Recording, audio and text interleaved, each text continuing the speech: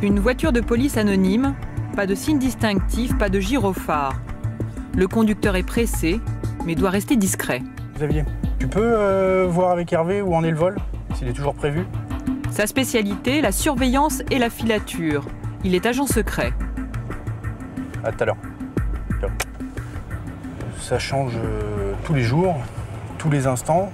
On va à Roissy dans 2 heures, on peut être à Lille ou être revenu ici parce que l'avion a été annulé, parce que la cible n'a pas pris son avion. Enfin, c'est assez changeant en fait. Ah, c'est l'imprévisible. C'est totalement imprévisible. La cible, comme dit le policier, c'est l'homme qu'il doit prendre en chasse aujourd'hui. Une filature pour le compte de collègues de services étrangers. Ceux-ci viennent d'envoyer une alerte. Un suspect qu'ils surveillent depuis plusieurs mois a pris l'avion ce matin, destination Paris.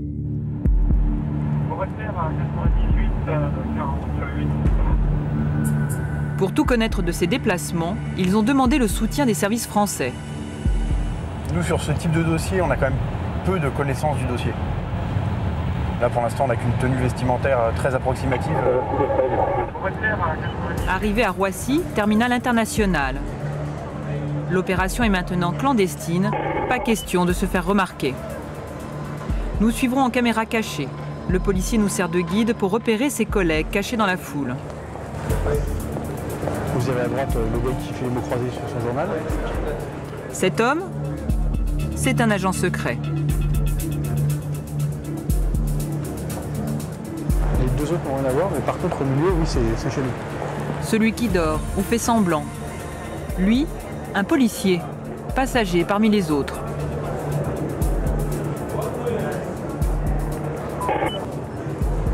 Enfin, ce couple d'amoureux qui boit un café tranquillement.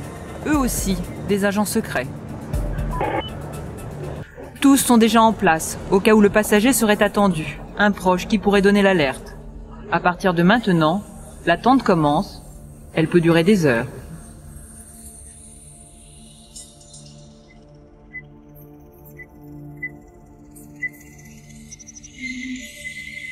Bienvenue dans un monde très discret.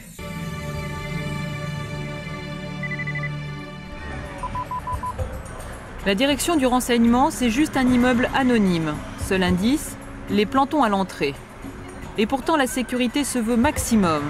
Il y a un peu plus d'1 an, le bâtiment a échappé à un attentat à la voiture piégée. Déjoué in extremis.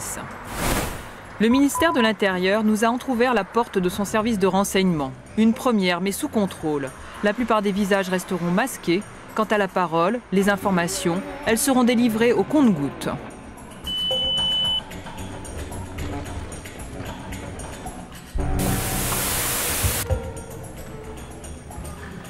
Le sésame, c'est ce badge.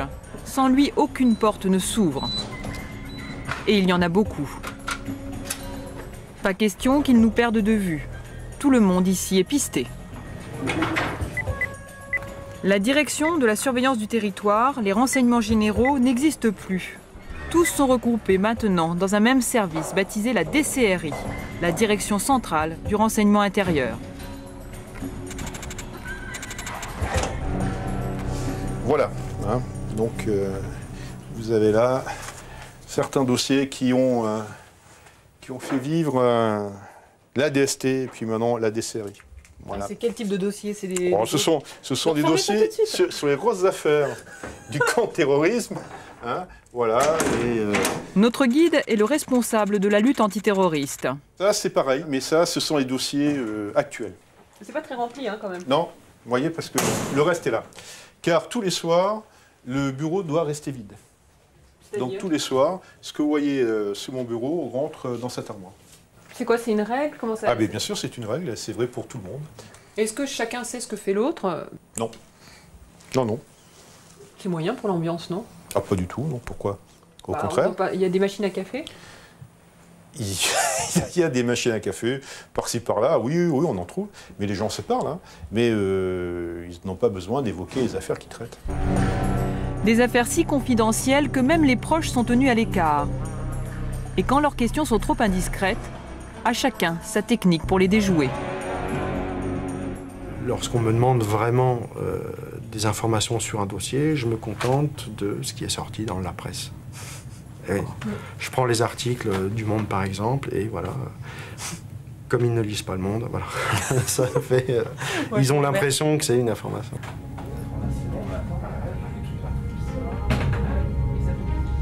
À 2 pas du bureau du grand patron, nous sommes au cœur du système. Les ordres partent d'ici. Même les écrans des ordinateurs sont classés secret défense. Interdiction de les filmer. Ils sont des contacts directs avec les autres services de renseignement français, étrangers, mais aussi avec l'Élysée et Matignon. C'est là où arrive tout le courrier, tous les messages, que ce soit des informations, que ce soit des demandes d'informations. Tout arrive ici, tout est redistribué d'ici, avec des gens qui sont spécialement recrutés pour ça, parce qu'ils ont une bonne connaissance de la direction, ils ont une bonne connaissance du travail, ils savent percuter très rapidement, et surtout, ils savent à qui ils doivent envoyer les informations pour qu'elles soient analysées le plus rapidement possible et à qui ça va servir. Nous sommes autorisés à filmer dans ce service. Ces agents sont les plus sollicités. Oui. Tu as des nouvelles Ici, les policiers s'occupent d'une branche islamiste la plus virulente contre la France. Tu peux essayer de les appeler pour voir ce que ça donne? Ouais. Tu me tiens au courant? Ouais, je te tiens au courant. Merci. Je t'en prie. Nous, notre mission, c'est de déjouer un attentat avant qu'il soit commis. Démanteler un groupe, neutraliser d'une manière ou d'une autre des individus qui seraient prêts à fomenter un attentat. Donc on ne peut strictement rien laisser au hasard. C'est impossible. Des menaces contre la France, il en reçoit une dizaine par jour. Dans sa main, l'une d'elles.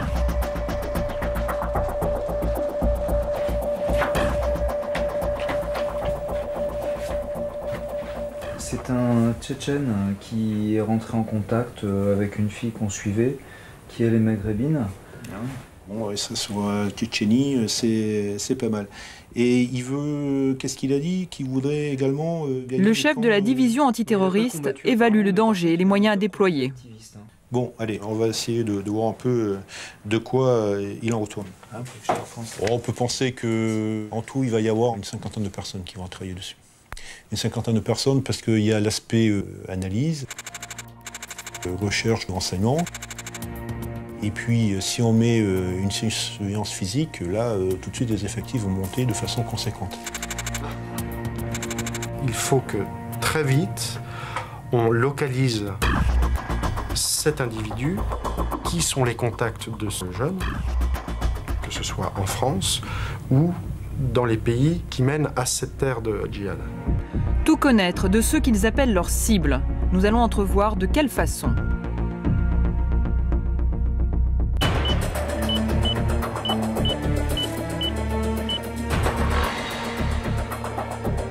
Posées quelque part en France, leurs espionnes les plus indiscrètes.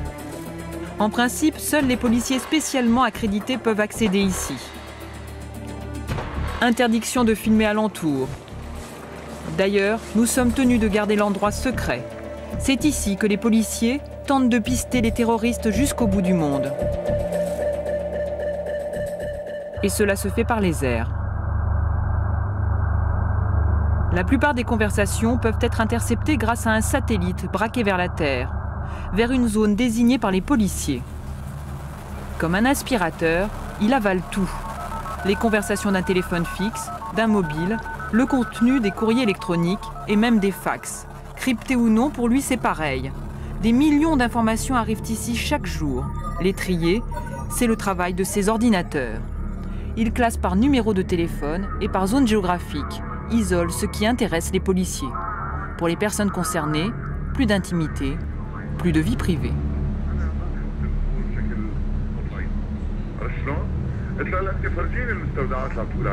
Ces agents ne s'occupent que des écoutes téléphoniques dans les pays du Maghreb et du Proche-Orient. Alors ici, on traite plusieurs centaines de milliers de communications par jour. Il y a effectivement une masse d'informations qui est énorme, mais nous ne sommes intéressés que par une partie infini-décimale, car nous avons une approche qui est très ciblée sur ce flux qui est effectivement très conséquent. Toutes les conversations sont traduites, disséquées, analysées, de la plus sensible à la plus anodine. Disputes de famille,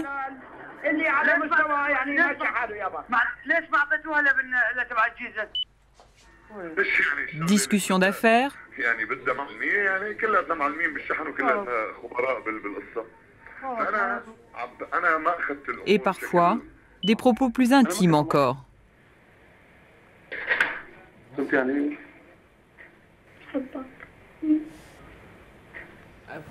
À quoi servent ces conversations? Comment vont-ils les utiliser? Dans la pièce, c'est le silence. Nous n'en saurons pas plus. Apparemment, nous avons atteint la limite pour ces policiers et nous n'obtiendrons pas de réponse à nos questions. Et pourtant, ces informations privées sont utilisées. Beaucoup enrichissent le fichier antiterroriste. Il s'appelle Christina. À l'intérieur, près de 3 millions de noms. Des personnes soupçonnées d'atteinte à la sécurité de l'État en France et à l'étranger, mais aussi leurs proches et leurs relations. Christina est née il y a 1 an de la fusion de 2 bases de données, celle des renseignements généraux et de la DST. Comme ses prédécesseurs, ce fichier ne peut être contrôlé qu'après une procédure spéciale. C'est quelque chose qui est totalement légal, déclaré, ça voit le jour. Secret défense quand même, celui-là. Alors évidemment, tout ce qui est à l'intérieur, ce sont des informations classifiées, donc évidemment, c'est la raison pour laquelle il est destiné à l'usage exclusif de la DCRI. Au bout d'un moment, ce fichier devient une grande mémoire commune. Donc évidemment, on ne les intègre pas au regard ni de leur nationalité, ni de leur religion, ni de quoi que ce soit, mais par contre au regard des individus qui sont impliqués dans des activités terroristes ou qui sont susceptibles de l'être. Donc là, on va démarrer une enquête. La première chose qu'on va faire, c'est qu'on va voir, on va regarder si cette personne est connue de nos fichiers, soit lui, soit des gens de son entourage. Nous avons obtenu une démonstration de ses capacités. L'analyste entre le nom d'un homme présenté comme un islamiste radical. La machine cherche parmi des millions de données. Elle fait ses recoupements et finalement trouve. Sa fiche apparaît, à l'intérieur des éléments très précis sur sa vie privée et professionnelle. Je sais où il habite, je connais son environnement familial, qui a priori est stable. Alors, je peux voir par exemple s'il a des frères et sœurs. Son père a cherché du travail dans la sécurité. Je sais que, par exemple, il a assisté aux commémorations de la déportation du peuple tchétchène, donc le 23 février. Et de là, on peut détecter certains profils potentiels pour le djihad, puisqu'on a généralement affaire à des jeunes désocialisés, qui n'ont plus de repères, qui sont à cheval entre 2 cultures, qui n'ont en général connu que la guerre. C'est pas un peu Big Brother tout ça? Non, on travaille sur des gens qui sont des extrémistes, qui sont potentiellement violents. Ce sont des surveillances. Il n'y a rien d'attentatoire. Je veux dire, on n'est pas, il n'y a pas de coercition, il n'y a rien. On s'assure qu'il n'y a pas quelque chose de dangereux. Une surveillance invisible et sans conséquence selon les policiers. Mais une fois dans leur collimateur, ils ne vous lâchent plus.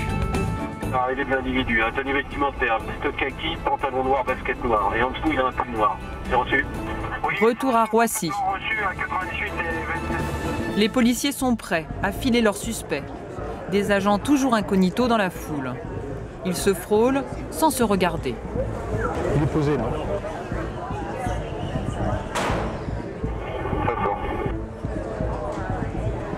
Le voilà.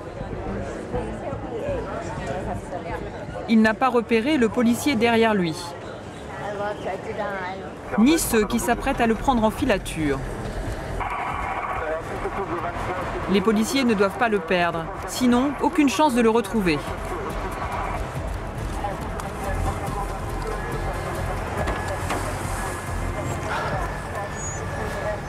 L'homme monte dans un taxi. Ça va assez vite quand même. 150 km/h au compteur, la routine. Slalom entre les voitures jusqu'à Paris. Et là, vous vous sentez comment sur une filature comme ça? Bien, très bien. Il y a toujours le petit moment où là, quand c'est parti de Roissy, on n'a pas envie de le rater. Donc, mais on le fait tellement, on le fait tous les jours. Donc si on le faisait rarement, à la limite, ça pourrait être peut-être plus excitant. Là, il y a toujours l'envie de l'avoir, mais on arrive à gérer quand même. Il est là-bas, là. Toi, on passe sous le pont. Ouais, ça rentre à Paris, ça rentre à Paris. Ouais, 30, il reste, on est 52 de 52, ça va se poser, ça se pose, ça se de Clichy, au niveau du café brasserie Vepler. Le client descend, le client descend. 720, vidéo effectuée. Ouais, c'est pris. Ça veut dire qu'ils ont fait une image du client. Ouais. Une première photo immédiatement envoyée au service. D'autres suivront. Ces surveillances peuvent durer des semaines, des mois même, de jour comme de nuit. Les policiers ne peuvent pas rester 24 heures sur 24 à ces trousses. Ils passent donc le relais aux hommes de l'atelier. Ce jour-là, les techniciens transforment une bouteille de liqueur en caméra espionne. Batterie. Le trou dans la bouteille se trouve là. Poubelle. Borne incendie. Et même panneaux de travaux. Des mini-caméras qui filment en toute discrétion. Ces hommes, par exemple, sur ces images qui nous ont été fournies par des policiers. Soupçonnés d'appartenir à un groupe terroriste, ils ne se sont doutés de rien jusqu'à leur arrestation. Tout est bon pour le camouflage et c'est du sur-mesure. C'est une vraie souche d'armes en fait, qu'on a complètement évidée. Là vous avez l'objectif de la caméra qui se trouve ici, pour dire la cible vient de sortir de chez elle par exemple, et donc les équipes de filature qui se trouvent le plus loin possible de l'objectif vont pouvoir enquiller sur la filature du véhicule. Pour garder le secret, les hommes de l'atelier ne nous montreront qu'une partie de leur technologie toujours plus sophistiquée. D'ailleurs, peut-on un jour imaginer qu'elle remplace le policier? Le mythe, le rêve du tout technique avec des machines, des super ordinateurs qui permettraient d'arriver à des résultats fantastiques au cœur d'un réseau terroriste, puisque c'est la matière qui nous occupe là. Non, ça fait partie de la science-fiction et ça n'existe pas. En fait, ici, le nerf de la guerre, c'est le renseignement humain. Il y a 2 ans, nous avions pu filmer un policier avec son informateur. Celui-ci a une mission, infiltrer les réseaux islamistes.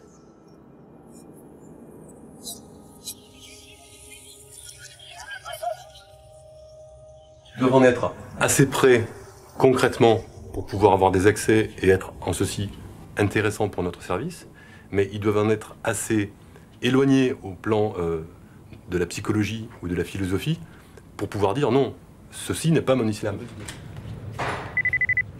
Cet homme est un officier traitant. Il recrute et gère ce que l'on nomme communément des indiques. Mais ici, on les appelle des sources. Alors je vais intervertir des puces, tout bêtement. Chaque contact fait l'objet d'une procédure précise. Mais pourquoi? Pour pouvoir ne pas avoir le même boîtier que j'ai déjà utilisé avec cette personne que j'appelle, et me donner la possibilité d'avoir 2 boîtiers différents, dont un qui n'a jamais servi. Un simple téléphone peut devenir une arme pour l'adversaire. Alors le policier n'a pas un portable, mais des dizaines. Un par source, un par affaire. Yes, sir. C'est bon. Pas un peu paranoïaque tout ça? C'est tout à fait, on assume parfaitement la paranoïa, parce qu'ici, on protège des gens. Pas uniquement le côté, on a la protection, on protège la France, etc. Ici, on protège des gens, des vrais gens, qui sont dans un boulot dangereux, qui risquent parfois leur vie, et on essaye juste de ne pas les perdre.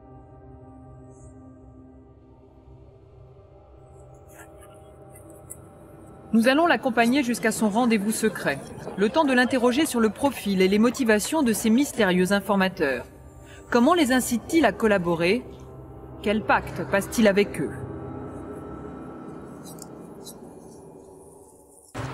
Jamais on ne doit faire de pression sur la personne. Parce que la pression, la menace, ça peut fonctionner dans certains d'autres services où je vais travailler. En matière de stupéfiants, par exemple, en matière de contre-terrorisme, on ne cherche pas des balances. Ce sont des gens qui ont vraiment une idée, qui ont vraiment le sentiment de travailler avec nous, pas pour nous. Ce policier ne pratiquerait donc aucune pression sur ses sources. Des propos impossibles à vérifier.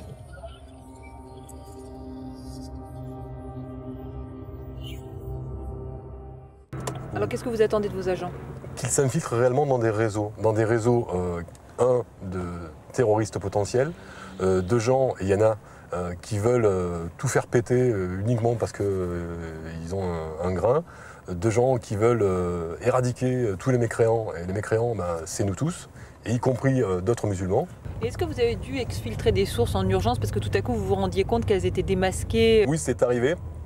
Et grâce à l'intervention d'un pays ami, on a pu faire sortir la source au moment le moins pire. Et qu'est-ce qu'elle risquait? De servir de bête sacrificielle. Ah, ils risquent vraiment leur peau. Oui, puisque l'avant-veille, elle avait assisté à un égorgement rituel d'un traître. Donc le lendemain, elle a pris ses clics et ses claques. Risquer sa vie ou mourir. Avant de se rendre à son rendez-vous secret, le policier nous donne une dernière clé. Toutes les affaires de contre-terrorisme qui ont été résolues en Europe ces dernières années, toutes ont été résolues grâce à des sources humaines.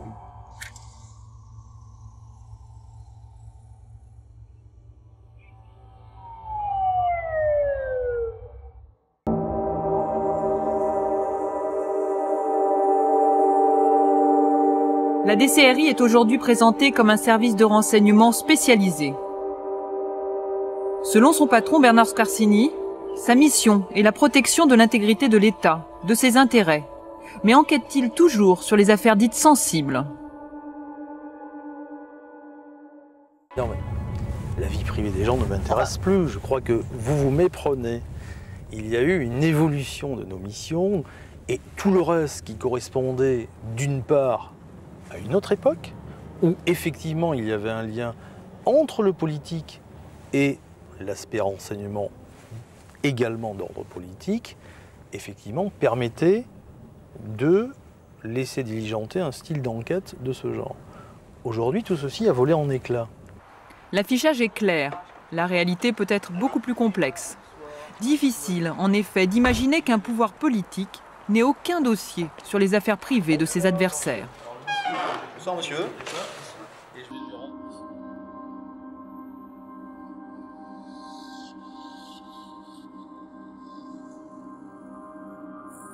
Comme chaque soir, le policier détruit une partie des informations de la journée.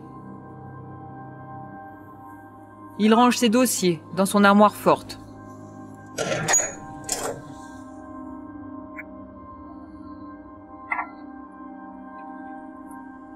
Comme la plupart de ceux que nous avons suivis durant le tournage, c'était la première fois qu'une caméra entrait dans son quotidien discret. Pas un quotidien à la James Bond, mais plutôt un monde de fourmis laborieuses, où la moindre victoire, le moindre échec, sont de toutes les façons voués à rester dans l'ombre.